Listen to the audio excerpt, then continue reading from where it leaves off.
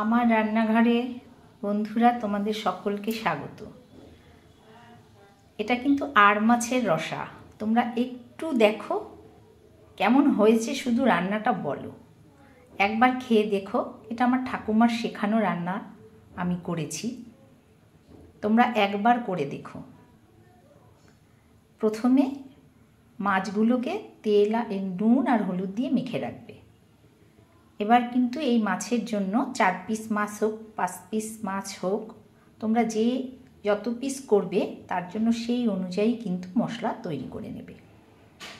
মশলাটা তোমরা শিলনোড়ায়ও করতে পারো, মিক্সিতেও করতে পারো।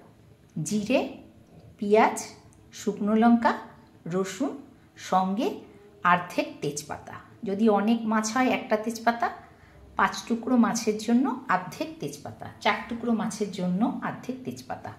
ওই মশলার সঙ্গে তোমরা বেটে নেবে। মশলাটা বেটে রেখে দিলে এইবার কড়াইতে তেল দেবে। আলু খেতে চাইলে আলু দেবে, আমি আলু দিয়েছি 4 পিস। তোমরা যদি চাও আলু দেবে, এটা অবশ্য আলু দিয়েই ভালো হয়। কড়াইতে তেল দেবে, জিরে ফোড়ন দেবে, আলুগুলোকে ওর মধ্যেই ভাজবে। একটু হালকা করে আলুটা যেই ভাজা হয়ে যাবে তখন সেই মশলাটা তৈরি করে রেখেছিলে সেই মশলাটা দেবে।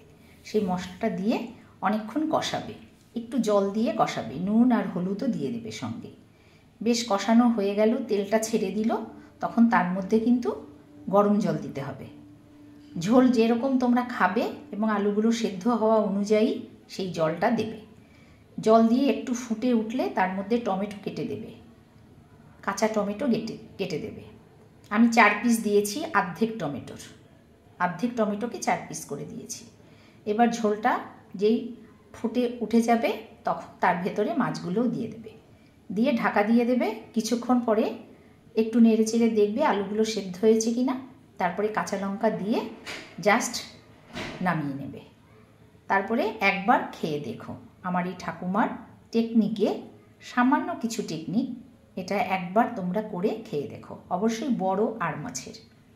সকলকে অনেক ধন্যবাদ, পাশে থেকো তোমরা। আমি জাস্ট নতুন খুলেছি রান্নাঘরটা, দেখো তোমাদের কেমন লাগে রান্নাটা। সকলকে অনেক ধন্যবাদ, সকলের জন্য অনেক শুভেচ্ছা রইল। রাখছি, দেখো।